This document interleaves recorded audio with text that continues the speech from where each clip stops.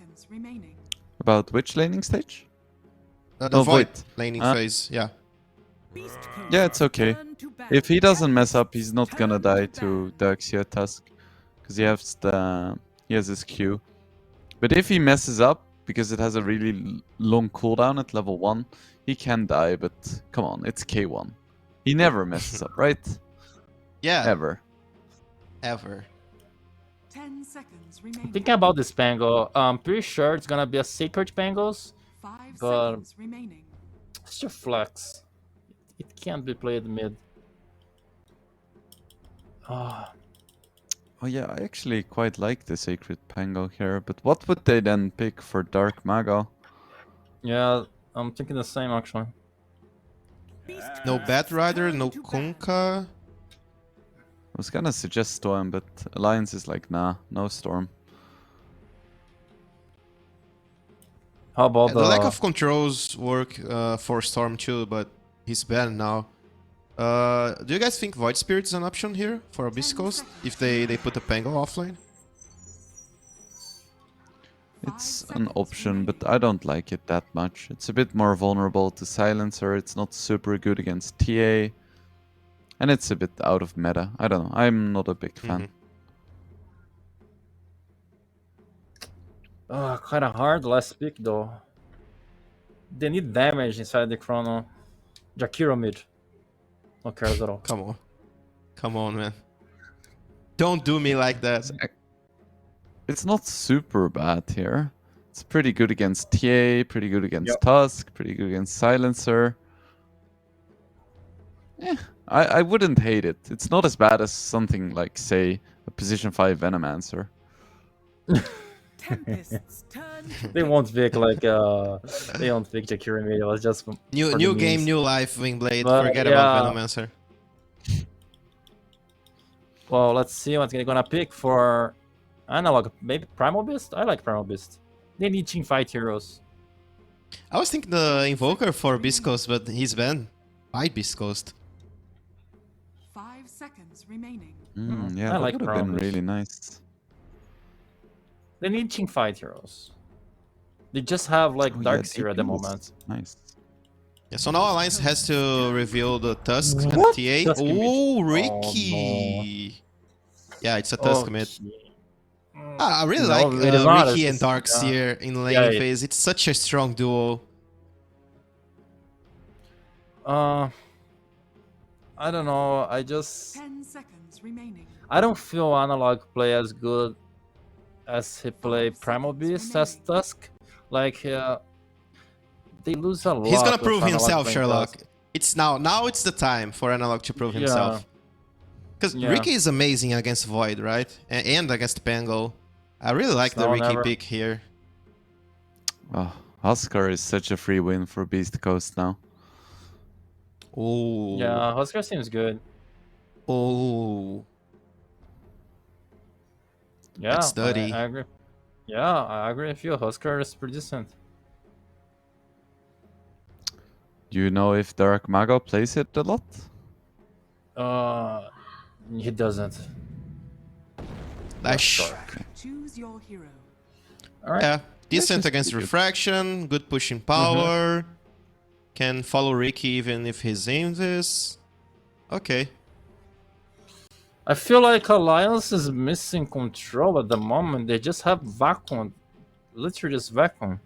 That's the only thing Yeah. that they have to control heroes. I mean, they Wait have this until snowball, 15 but minutes, Sherlock.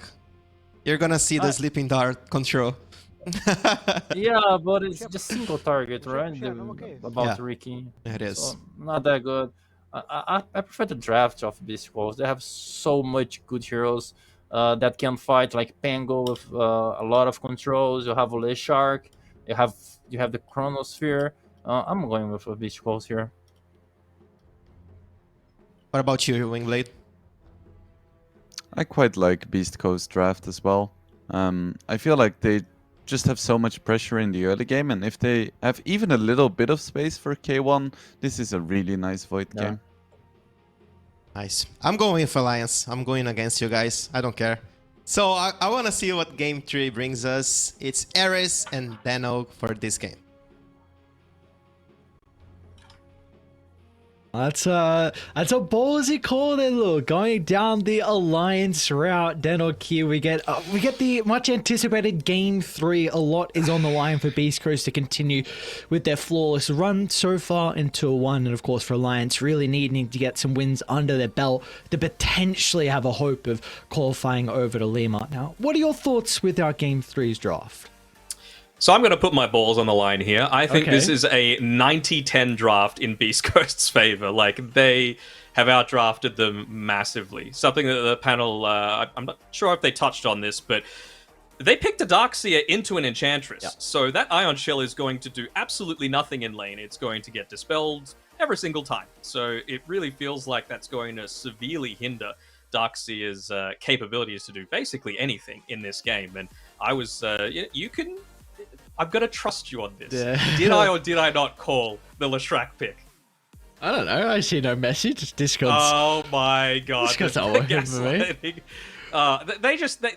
They needed something that's able to deal like lots of little instances of damage, which obviously is great against the TA. You need something that can deal damage into the Faceless Void, and it's just something that's going to help up the tempo, push these towers. I think it's fantastic. I think this is going to be a pretty easy Beast Coast win, and I hate to say that because I really like Alliance as a team, but I mean, Biased. sure. Even if they were able to take this win, they got to get through EG and Thunder Awakened to make it to the major, right? So they are running the gauntlet right now. Yeah, against some incredibly difficult teams for their last couple of series of Tour 1, and this is not going to be an easy game at all for Alliance. Definitely seems like this just seems like a game where they have to snowball, try and have Analog making a lot of rotations off the back of the Tusk, of course, someone who can do an incredible amount of damage early on, potentially off the back of some of the power runes as well, and then you can enable that early Roshan. So I think for Alliance, this is, you just got to go at some stage. Yeah, but how? Which one of these heroes outside of TA takes towers, man? Yeah. There is none. There is none. All right, I'll answer that question for you. Meanwhile, you've got an Enchantress and a Leshrac that's able to do a similar sort of thing. I don't know. I'm feeling a little not so great about Alliance's chances in this game, if I'm being perfectly honest. Well, Push up. we'll see. We'll see how they're able to get themselves going, but it's not going to be easy. So we get to take a look at kind of how the odds are shaping up with the Bet Boom banner, of course, and all your first deposit for all the new users as well. You get a bonus 100%. So of course, make sure you guys check that out with the banner below. Yeah, for sure. This is, we get a little bit of a pause before the action is underway. Is there any crazy shenanigans we have with the lanes? I was trying to think of the draft, if they might try and avoid the Darkseer into the Enchantress. It doesn't look like that's going to be the case, though. Still putting themselves down bottom. I think this is a lane that you spoke about the potential with the Enchantress to be able to deal with the Iron Shell, the Surge as well, and then we could even see like level 2, a point in time dilation, and I think there's a lot of kill threat there for Beast Coast. Yeah, for sure. I was honestly even thinking that with the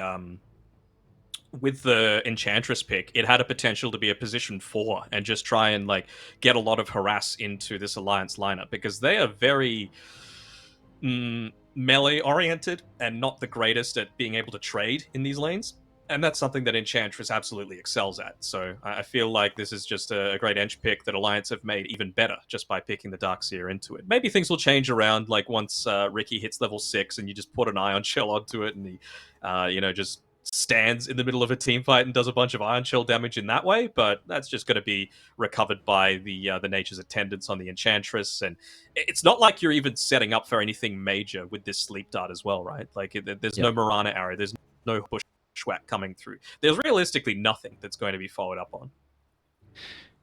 Yeah, the only thing I can really think of is Blink on Tier and Tusk once they get to that stage to be able to follow up on any opportunity to be able to blow within the Chronosphere to like nullify it Yeah. a little bit. Even just the smoke cloud a little bit for the mischance is kind of nice. But I mean, anytime that I see, Silencer or Ricky or these heroes that give a silence, I always think about like, who are these heroes that don't really need to cast spells to still have a big impact, and Void's one of them, right? As long as you're able to right-click, like let's say you pop a Mask of Madness, you're still going to do a crap ton just with your bash chance and all the damage that you're able to output. Same sort of thing with a Leshrac, right? As long as you start, as long as you've got your Pulse Nova on and your Edict, you're fine. You know, you're going to have Bloodstone, and that doesn't care about silence either. So I still feel like these guys are in a pretty solid spot. Same sort of thing with Pango too, right? If he starts the Rolling Thunder, who cares about silences? Yeah, we could even see him.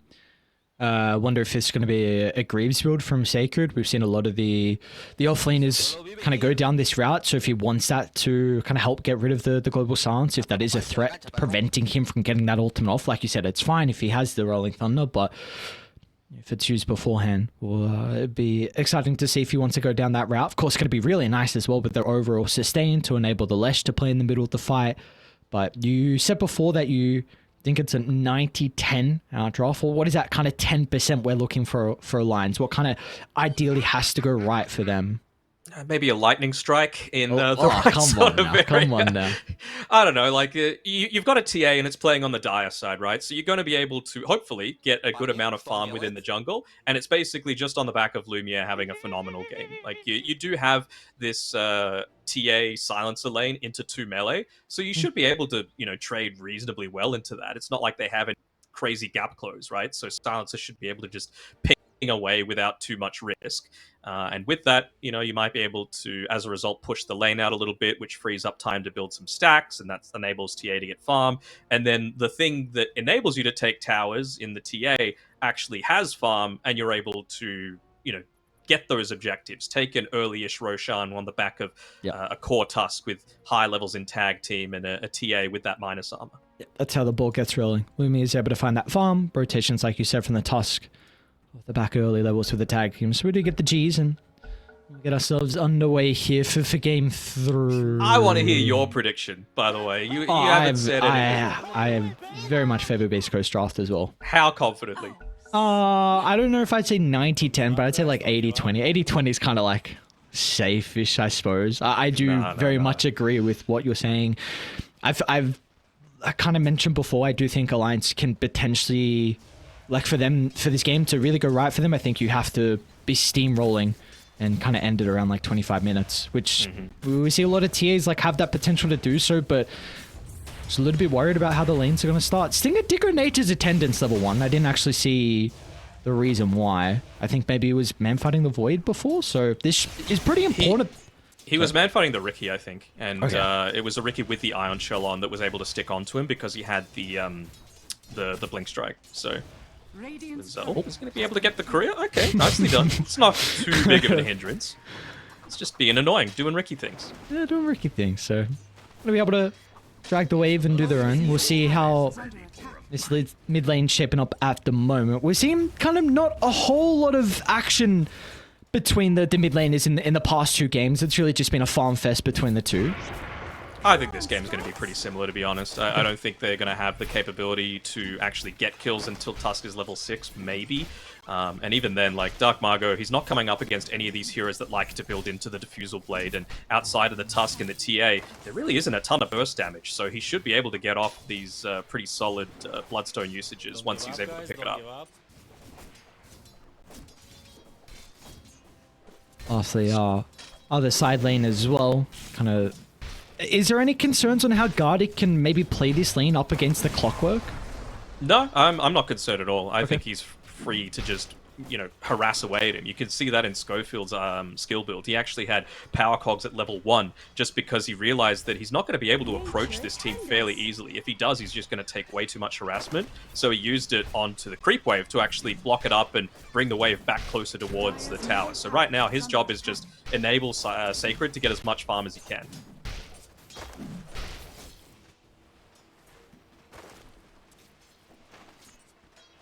Now we do see level 2 picked up on the Enchantress, just waiting for the next usage of the Ion Shell, one would think, and then it's going to be a pretty quick level up of the Enchant, one would assume. Dire's middle tower is under attack. We're going to take a creep as well for good measure. Alright. I don't think they have vision of that just yet. I think as soon as you see that, was he actually going to farm at the same time? Alright, why not, Stinger? Be greedy. Easy.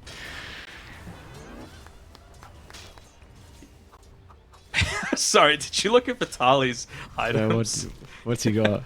He's got 7 mangoes. Oh, the classic. Yeah.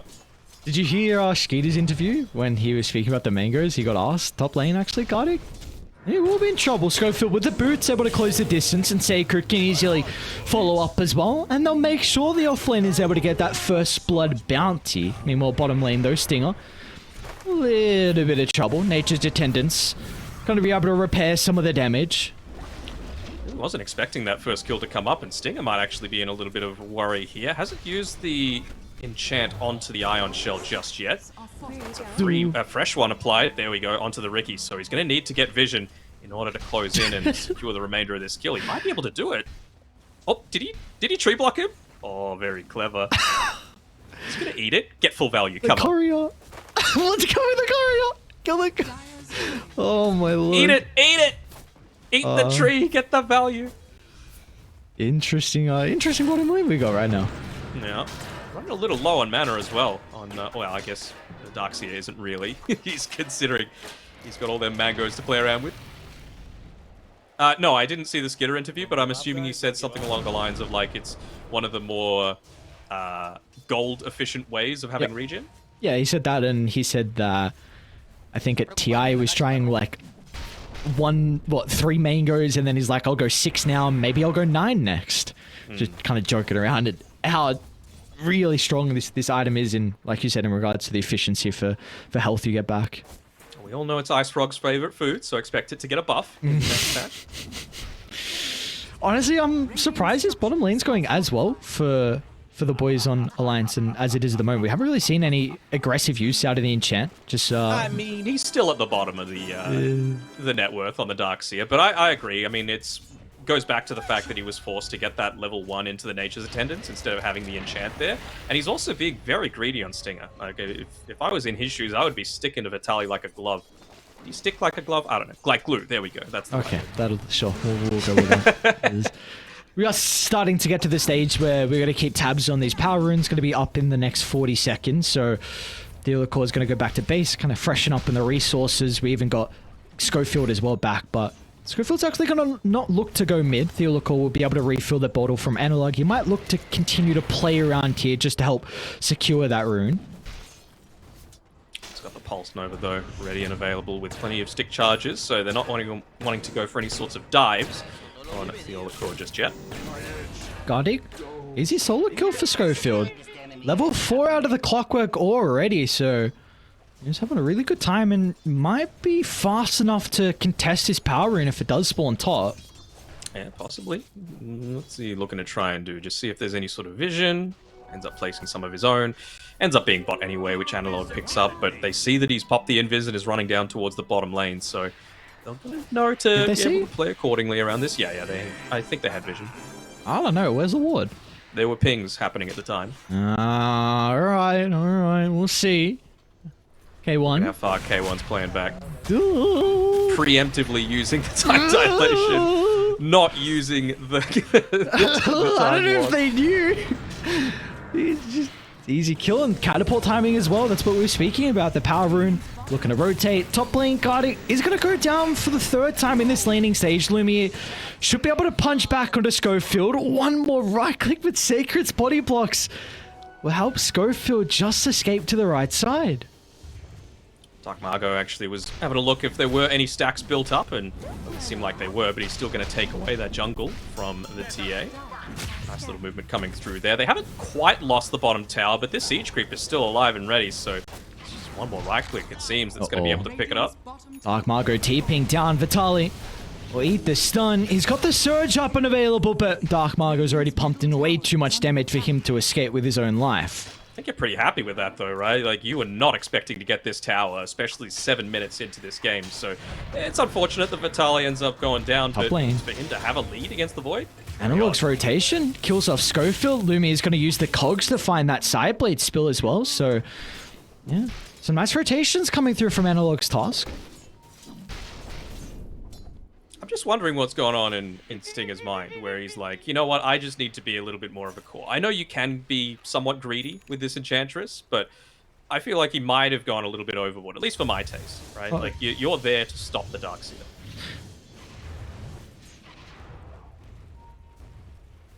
Then we will see some power runes being contested. Once again, it's going to be top for Analog, but not much he can do with the illusion.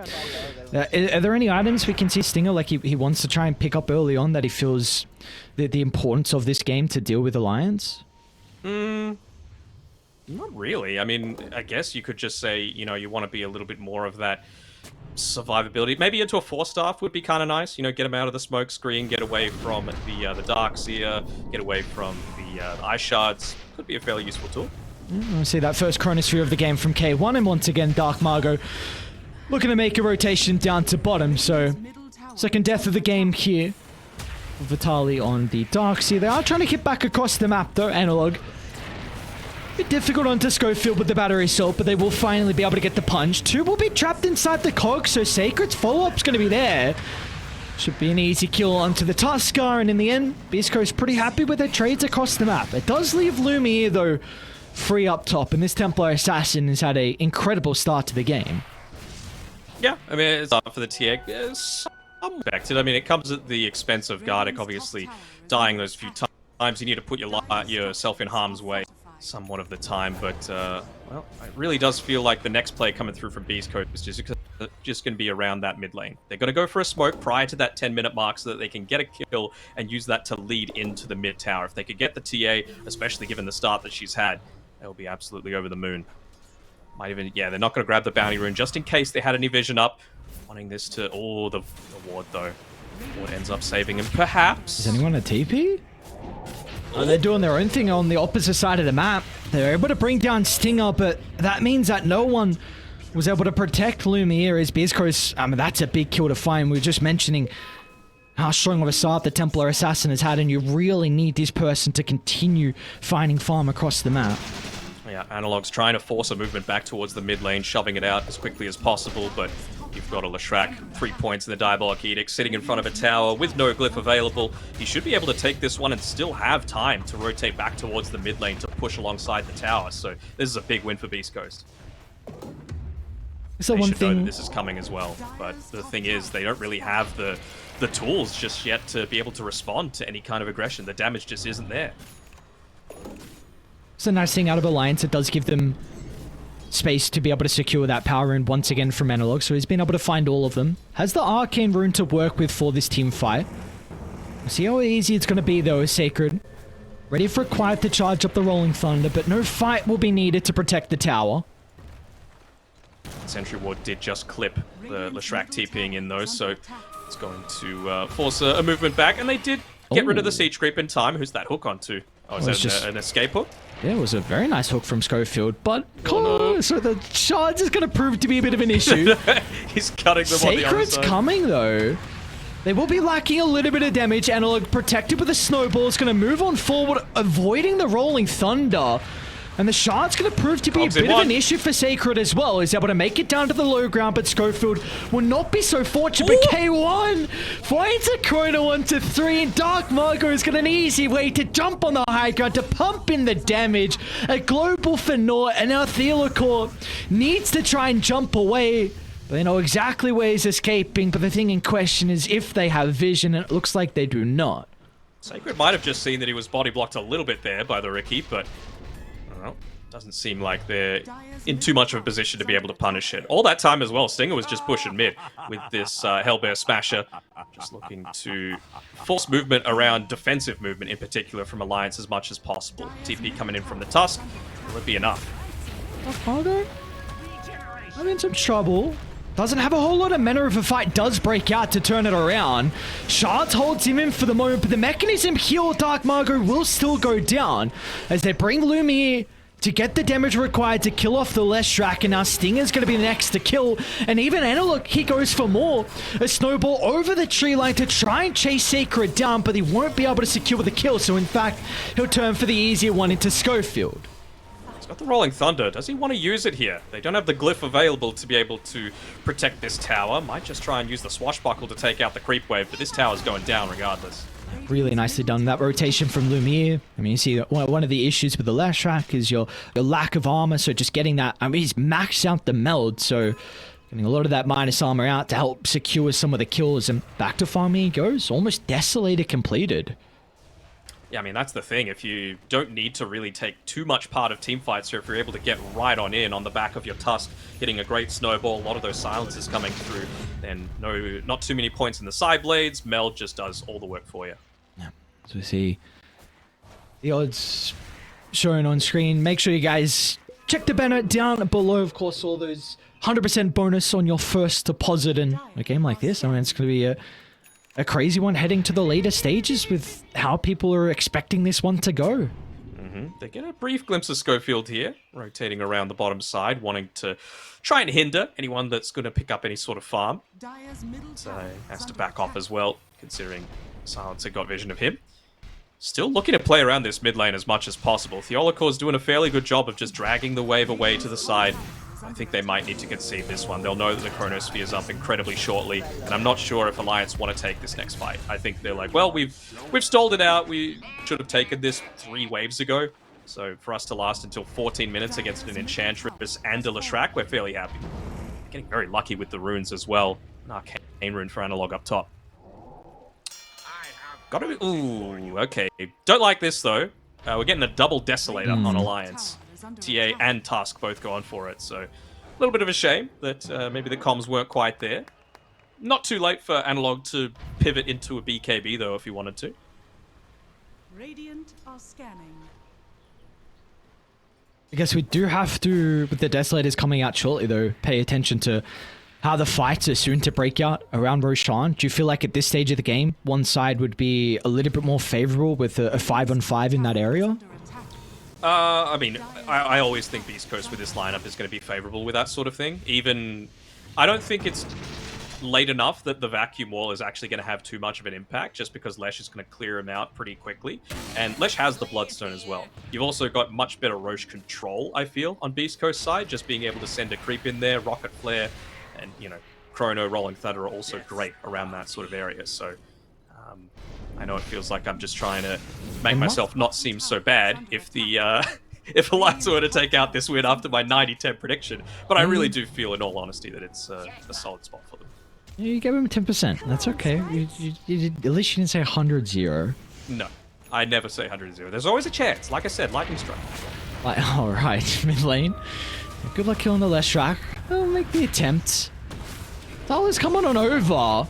He's not getting a whole lot of health back, in fact. Global Silence as well is going to be used, but Lesh will be okay. So instead, they'll veer their attention over to Schofield and the Clockwork. The Cogs, not enough to get him some distance away, but Sacred still wants to enter the fight off the back of the Rolling Thunder. Is going to be able to hold back multiple members in Alliance, enabling Dark Margot to follow up with the stun. So the Tusk will go down, and our K1 looking to try and join with the threat of the Chronosphere as well, but doesn't see an opportunity for him. They couldn't Roche off the back of this, could they? Seems like they're moving up towards top, although just get the regen, that's fine enough. I think they're in a really good position with their vision as well, just to be able to keep the top lane pushed in, put a lot of the threat up there.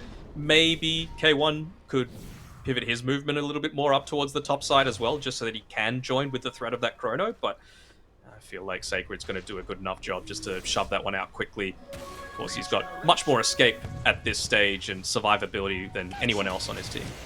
I've been in some trouble though, Sacred. So what happened previously with the attempt onto Dark Margot? Still got the mech. The reinforcements coming into the neighborhood. They're gonna... easy kill, actually, in fact. Plenty of damage with Lumiere being key this time. Now, Sacred, no way for him to escape, so beautifully done from Alliance, and this might be close enough to Roche that they can look to try and take it now off the back of that skirmish. Yeah, especially with all that minus armor from the Meld, the Deso, and that's really why I wanted K1 to be playing at least around the Ancient Camp on the top side, right? If he's there, as soon as that Sleep Dart comes out, he can start making a move up towards them, and you saw how much they needed to clump around to be able to take that fight. You get off a Chrono, that means Bloodstone, everything else is coming out off the back of that. Stinger? Sleeping Dart into Vitali running in. They are biding their time though. Enchantress, they could look to buy back. They've got the Chronosphere at the ready. K1's here, that's the important thing. He's even got the item slot already freed up preemptively, just in case there was a Roshan going on at that very moment. So move on forward. Sentry Ward just out of range of that high ground, so they're not going to know K1 is farming really aggressively. Dart into the snowball. The burst that might be there, but the mechanism health, it's not enough to keep K1 alive as Alliance. Can they get more out of this though? Or have they gone a bit too far with Dark Margot's Leshrac running into the middle? A silence, a kill. They're still going to try and target down with the Leshrac though, but the Bloodstone health, it's not enough as Lumiere jumps on over. The melt hit will bring him down, and now Analog might be able to cancel the tip. In fact, it's Theolacor with the Sleeping Dart at Alliance. Back-to-back skirmishes going their way. This just comes down to execution, right? What was K1? Right in front of a tier 2 tower, everyone up and available, your entire team not around you, you don't have any wards. Very odd position to be in prior to picking up your BKB, because we saw just what happened. Gets locked inside the silence, has no survivability. Theolacor again with the Sleeping Dart to set up. Alliance have the advantage and soon to have the first Rosh of the game as well, so this is that ball that we're kind of asking for them. This first Rosh incredibly important for a TA lineup. Sacred doing his best to be able to push this one out, and yeah, we just see the forward positioning of K1. Very, very odd there. Even just here, the Clockwork has the hookshot available, is in this fight constantly, and even when this turnaround happens in onto the Leshrac, no hookshot. It was a great combination, of course, with the Sleep Dart into the smoke cloud, but it just feels like the team could be in a much better position here on Beast Coast. What do we feel like Alliance can get out of this first Aegis? They've, of course, got a lot of time to be able to work with it. Are we expecting Tier 2 towers to be claimed? I don't know about that. I mean, they have claimed 2 Tier 1 towers, I suppose, but you're still in a position where if you're diving too deep, trying to get in onto the back of towers, you can just get chronoed underneath the tower and then GG, basically, because there's plenty of damage on Beast Coast for them to play around with, especially with this build that Stinger's gone. A little bit more greedy. He's eventually going to get into the 4-star, but you have to wonder how much even that decision is impacting the fact that Void's been dying, Leshrac's been dying in these team fights just because they haven't been able to be repositioned. Drums isn't doing enough. Radiant's top tower is under attack. We'll get that T1 tower up top nonetheless in Alliance, and they're going to do a really good job at being able to cut mid and top as well, so Waves are in a really good position for them to continue putting pressure onto the towers. Lumiere getting a lot of damage onto the tier 2. Oh no, that they're smoking at the time where Beast Coast are starting to move to maybe defend the tower, but Lumiere will back off fast enough. K1's got BKB coming out to him on the courier now. Will he get caught out before? He's learned his lesson from last time. They've got vision with that melee creep enchanted by Stinger. He's putting himself in harm's way. Yeah. Just run up the high gun, trying to deal with the vision advantage. Theolacor finds the opening. Shard's gonna block off the retreat, but K1 and Stinger can look to enter. The Global Silence will be able to waste the use of the Rolling Thunder, but the BKB protecting K1. They're splitting really well. Will be able to turn to deal with Theolacor. Can time walk into the middle as well to find the Chronosphere opening. It's onto the Darkseer, and they'll have plenty of damage thanks to Dark Margot being nearby to bring him down. And they're looking for the Stragglers as well, as should be able to catch out the Tusk.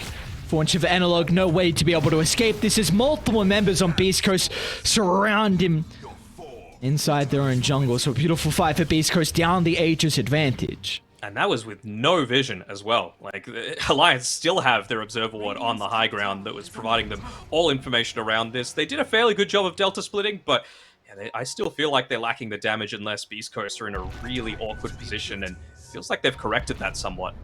Dark Margot is getting chased a little bit here. Do you want to complete this TP on the clock? Oh, Sacred's there. And the bodyguard right now. Lumiere's actually still going to jump on over. Off health evaporated from the Clockwork. Theolacor's going to try and close the distance. Do you want to fight right now? Positioning. Yeah, I'm not sure if you do. Especially with a Ricky roaming around. No Chrono, but he's still TPing in. They want to try and take the team fight. Hookshot to start. Lumiere's lost his refraction charges. They'll be able to deal with the first life. And Sacred's going to move towards the backline as well. Now they can set themselves up for round 2, but Lumiere's been able to get the blink away to escape. The Surge is well protecting him for the moment. So it looks like Beast Coast is going to go for the easier target into Vitali instead. The Surge will be up in a couple of seconds, but there'll be no escape as they've got plenty of damage from Beast Coast. Alright, so this is how a lot of these team fights are expected to be going. The previous view, I was like, oh, what's going on? Why aren't they buying the items that seem to make sense? But, you know, to Beast Coast credit, they are turning things around. They're playing much more strongly around their vision. They're using the Enchantress creeps much better now. You know, just using it to scout, even keeping more pressure onto Lumiere. He's still at the top of the net worth charts, but they're not just giving him free reign to be able to farm wherever he wants. It always needs to be that slight threat that they're going to be able to pick up the kill onto him if he's out of position for just a couple of too many seconds. Yeah, cool. Put a scout out the Enchantress. Oh, great force staff. Chrono up in 15 seconds. They got hook Won't shot. have at the moment. Schofield's actually going to look to jump in as well. They're targeting the Ricky down. The Cogs will be able to protect him in a global stance that they get nothing out of as well. Now, you're going to be really cautious if you want to continue with this team fight. Rolling Thunder, Chrono at the ready, Beast Coast. They want to try and catch up more members of Alliance, but they have been able to back away to the safety of their tier 2 tower. And K1 didn't even need to pop that BKB as well, so it's not needing to be used as a response to the global silence anymore. He can actually look to take a much more aggressive team fight now. Looks like they'll be able to secure a tier 1 tower for themselves. Most of this tower doesn't have an insane amount of value, but against a TA on the Dire side, you really want to take away all opportunities for her to be able to just secure those ancient stacks for herself, and I feel like that's where K1's going to be parking himself. He's doing the same... Gardeck's got the same trick that Snake King used during TI, the Observer Ward called Sentry Ward. Speaking of Gardeck, a little bit of trouble. Sacred actually been once used the Rolling Thunder in cases anyone else playing behind this answer, so an easy kill for them to find. They're going to look to go back towards the triangle. Get a bit more farm there. They do spy out Vitaly, but I don't think they're going to be able to kill him, or chase him down, I should say. I know where he is. Well, they do actually. Could force staff to close the He's even going to drop the Chrono at K1. Why not? Yeah. Bubble used. Easy kill. Sacred wants to jump in to get that last little bit of damage with the shield crash, but nonetheless, Vitaly will go down. So we'll see what Alliance look to do now, though. Let's go Stinger. Is there an opening? You've got Global Silence up in 40 seconds. Do you look to try and take a fight with the Darkseer respawn? Depends who your objective is to go for, right? Because I feel like it's a lot harder now to get the kills onto the Shrek. He's got BKB. He's even got the Plate Mail, just for a little bit more of that physical damage resistance, going into the Shiva's Guard next, which I really like. So it's going to need to be the Faceless Void, I feel, that gets jumped. But again, without the Darkseer there, I just don't feel like they've got the extra layer of control. They're going to try for it, though. They've got a +3. Great ward on the cliff. Traps as well. Somehow not dewarded. Beast Coast, they will look to back up to their own triangle.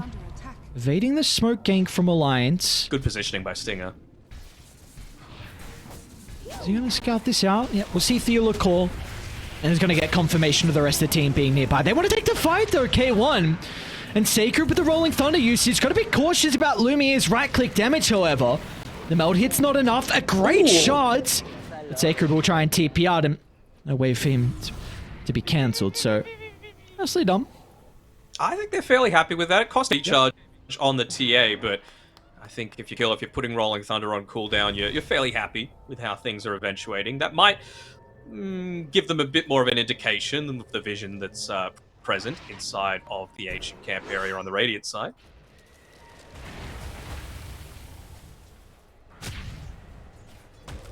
And these team fighting ultimates from Alliance are, as we get towards kind of the mid-game and even the later stages as well, that wall's going to have a lot more effectiveness. And the global silence is something that's going to prove to be a really big issue as well. So, very impressed with Alliance and how they've been performing so far through this game.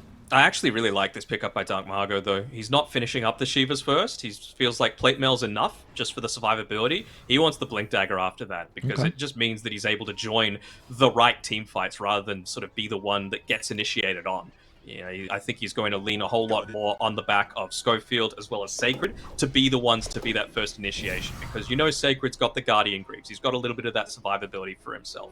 He's got the Shield Crash for the damage reduction. He might even be able to force the TA to go into to pop the BKB so that then you can join the team fight with Dark Margo afterwards. Potential fight breaking out, both sides clumping up together. The recognition that this second Roche could make or break this game 3. Be great for Alliance in particular, right? That shard for the TA, such a value one. providing that little bit of silence. Might be the difference in being able to pick off the Pangolier before he's able to get off that Rolling Thunder. You see that Schofield's away from the team. See if they make the attempt on the Stinger. Of course, easy, and you don't really want to commit too heavily onto the Enchantress, but K1 does.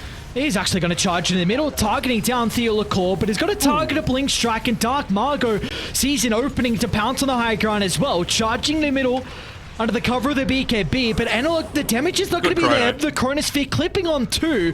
K1's actually going to turn his attention to try and deal with the Templar Assassin, but the BKB protecting Lumiere for the moment. He should be able to escape through the tree line off the back of the Surge, but can they get anything more out of this on Beast Coast?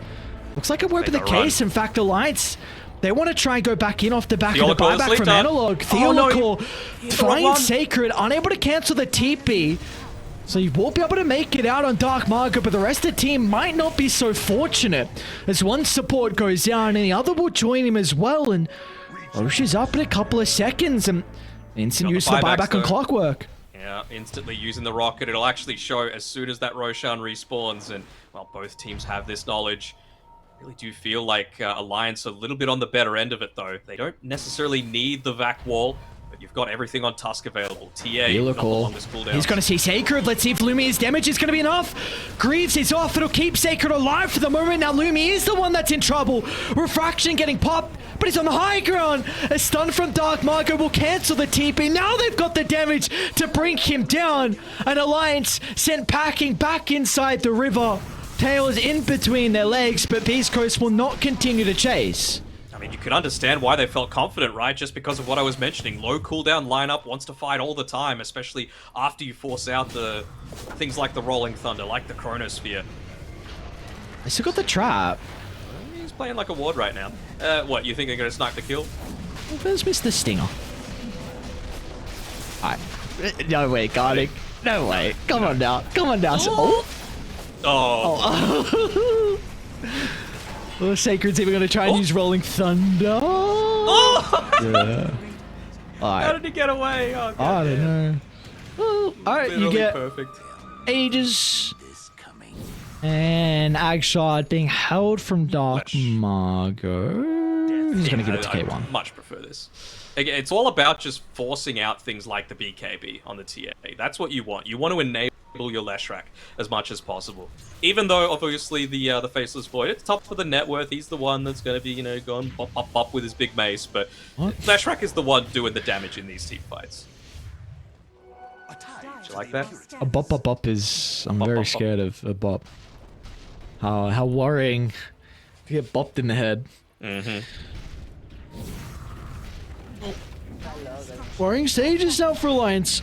5,000 deficit, but love to get that second Roche onto the Templar Assassin and the Aegis as well. And not to Beast Coast can look to try and get some towers across the map. Tier 2 is going to end up going down, so they've been able to open up the outpost now.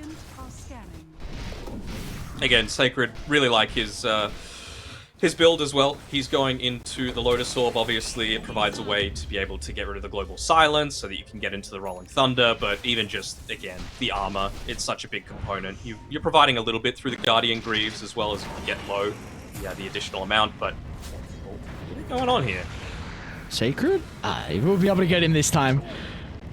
No escape for Gardic. You say that, but the man's done it once before. No escape for Gardic. Can we see in some of these fights, if Beast Coast don't get a lot out of, say, the Chrono and the Rolling Thunder, and if Alliance are able to it's a lot of retreat... That's yeah, that's true. That is a lot of ifs. But can we... Because we see Lumiere, I mean, he's got a crap load of damage. Almost Swiftling completed, level 20 on the Templar Assassin. Like, if he has a fight where the TA can get the damage in, I'm a bit concerned for Beast Coast still. Like, if the ultimates don't go well for Beast Coast, then we could definitely see Alliance be able to kite the initial start and then go back in with the opening. You think they got the damage? I think Lumiere is a scary man. Sure, but you have to consider that, like, you'll have a hookshot coming back your way. Okay, if we're under the assumption that hookshot is one of those ultimates that you're talking about, then maybe, you know? But he's got BKB, he's got Aegis, so he's got the second life for the next, 2.5 minutes. He's got Skadi, he's got plenty of HP, and he's an Agi hero. So naturally going to be pretty good against physical damage just with that stat gain. So I'm just finding it's going to be... Bottom tower has fallen. Is anyone else gonna TP?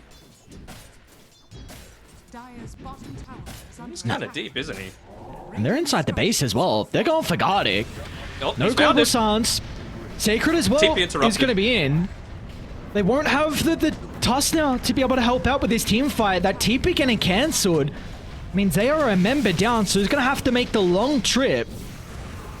Okay, one. He is a big part of their initiation. Like, he's basically one of the few stuns that they've got on the team, so it's all on Vitaly now to get the perfect back wall, but he just used a vacuum and the wall, and it didn't do all that much. Okay, one. Oh, Chrono just for the Ricky. Be able to secure the kill in Dark Margot. Oh, will they? Theolacor doesn't die. Swashbuckler will finally have the finishing blow. They want to stick Tusk's around though back. because Analog has finally showed up. A punch in the air. They're going to try and target down with the rush track. One more right click. Almost enough, and Dark Margot does go down. As now Lumi is surging on forward. The cogs will act as a deterrent. And Beast Coast will be able to back up. But Alliance don't even lose the tower. A great hold from them. That damn quiver, man. All of that extra range, just being able to pick off the Leshrac. Even with the Shiva's Guard as well, also has the Ogre Seal Totem. He was getting forced away. It was good team play by Beast Coast on the back of Schofield interrupting the TP back by the Tusk, but yeah, they just weren't able to execute. I guess on the back of a missed Chronosphere, that's kind of what ends up happening. Again, another good movement coming through from the Clockwork to anticipate this movement to allow his team to get back to safety. The jetpack is such... I love Jetpack. Do you like the animation or...? Oh, for sure. You're just like flailing around. Definitely with probably one of the better cosmetics for the Clockwork as well. For sure, for sure. We'll see. Alliance, what can they get out of this? Chrono cooldown for 50 seconds. They won't have the global silence as well for the team fight. Theolacor on the leading the way. charge, Analog as well. They're going to try and bring down with the Enchantress, but not an easy kill. So able to get the force stuff away, but Lumiere, here's the one that's in trouble. The chain control with the bashes, along with the Rolling Thunder, but Lumiere is able to get out to the left side, but instantly Schofield will hook shot on forward. And there's nothing that Lumiere can do, no opportunity to even get a right click off in that team fight. And now Beast Coast are hungry for more, trying to chase down Theolacor. The Ricky will make him work for it. 4-star. If it a potential tricks of the trade to work with, they need someone to blink strike away to him. Theolacor will find no one, as in the end, Beast Coast get 2 kills and can maybe consider about going high ground now. Yeah, they're taking all the opportunities that they can, obviously realizing that Chronosphere was off cooldown. It just wasn't the perfect initiation. Gonna be able to use that Diabolic Edict. You don't want to force a buyback on the TA, but you might have to. Oh, look at Schofield again. He's doing the same shenanigans, just following around Vitaly, trying to interrupt, staying just on the edge of that vision. So, yeah, here we go. Ooh, cancels it. Does the same job, though. No TP. Tower is under attack. So at least he's got Surge for Vitaly to play with. Although Schofield's gonna... Not if Clockjet has a thing to say about it. and it doesn't even matter. The base is just in shambles. Full set of barracks, make it a second full set of barracks that's going to go down, and it's trying to hold this buyback out of Lumiere. Ooh, he was baiting out the Chrono there. Nice mantle. And then I can just back on out. Sigh of relief, Danog. 90-10. It's gonna happen. It was looking a little shaky there, but again, I feel like those were unforced errors on Beast Coast's part. You know, credit to Alliance, they made the most advantage out of them, but they did feel like they were just in a winless position, unfortunately, from the very beginning. Never count them out, though. Again, lots to play for. Alliance lose this, they can pretty much kiss their chances of representing their region at their region's first major goodbye. And well, Beast Coast, of course, they've been such a stalwart team of this region for so long that it'd be a shame to not see them there. Yeah, and even with this new iteration of the roster as well, We see haven't Haven't really lost a series. stopped short. Exactly right. They haven't even lost the series yet. Only just dropping one map, and that was against Infamous. So, of course, second map now, I should say, against Alliance as well. We'll see. Alliance smoke up from them as 5. Tower is They don't have the greatest vision across the map to play with. Archmago might be the target if they can intercept him connecting to the team. They'll see him They know under he's the there. trap. Yeah. Good recognition of the map by Schofield, though. He realizes, look, if they're not right on Dark Margo, if they're not defending up top, they're probably coming from the right side, so he's just constantly shooting those rockets into the ancient area. He knows that they're going to have to come back now, so yeah, Beast Coast just reading the map so much better. So all this pressure, lanes are going to be passively pushing in constantly because of securing them, so really puts Alliance on the back foot, and it means that Beast Coast are the ones that are going to have the luxury of making all these decisions. It's another thing with the clockwork as well, right? You can just push lanes from wherever you want on the map with Rocket Flare. Don't need to use it for the vision. Just use it to shove out lanes. One of the most underrated parts of the spell. Dire's top tower is under attack. They might go back in. Yeah, K1. Or Why not? Prod this last tier 3 tower, and they're gonna have this to try early. and get back fast. There's the jumps.